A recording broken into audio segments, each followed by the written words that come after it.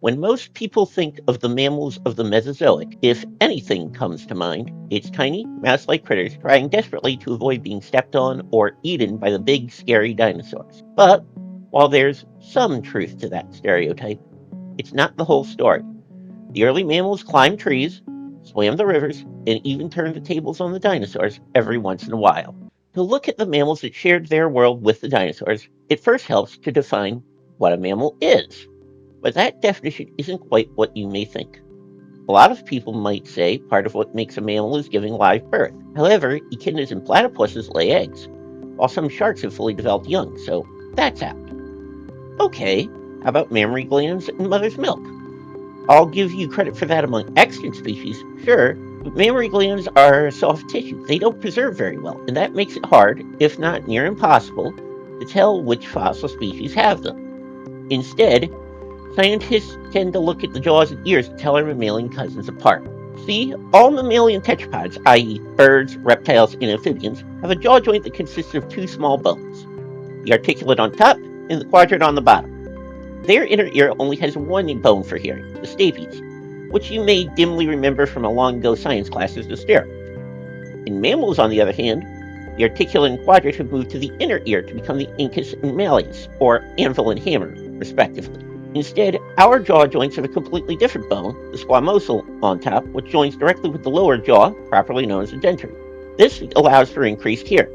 Now, I should note that not every paleontologist agrees with this definition. It's an argument about semantics as much as it is about science, but that's the definition we'll be using going forward. One of the earliest mammals, if not the very first, was the tiny Morganeucodon. This little critter lived in Wales in the late Triassic, about 205 million years ago. It would have tipped the scales at about 50 grams, or 2 ounces. Probably nocturnal and burrowing, shrew-like Morganeucodon would have subsisted on insects, worms, and other small invertebrates. It shows a mosaic of features, some of which match the classic mammalian traits, while others seem to be holdovers of the old reptilian lineage. For instance, the juveniles had baby teeth and grew quite rapidly, both traits associated with maternal milk production. On the other hand, they had lifespans more commensurate with reptiles of that size than modern mammals, suggesting that they weren't truly warm-blooded yet. 40 million years later, Castrocauda appeared on the scene in late Jurassic China. This creature, whose name means beaver tail, weighed in at about 1.5 pounds. Still small, don't get me wrong, but already a good dozen times heavier than Morganeucodon. As the name implies, it had a flattened tail for swimming, but its paws were quite capable of either propelling it through the water or digging out tunnels.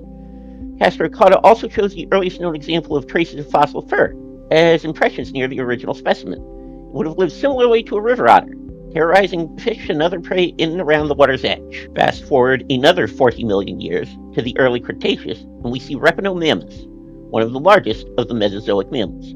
This brute measured in at over 1 meter long and just shy of 30 pounds, about the size of a badger, with a nasty attitude to match. One specimen was fossilized while attacking a Psittacosaurus, a small herbivorous dinosaur.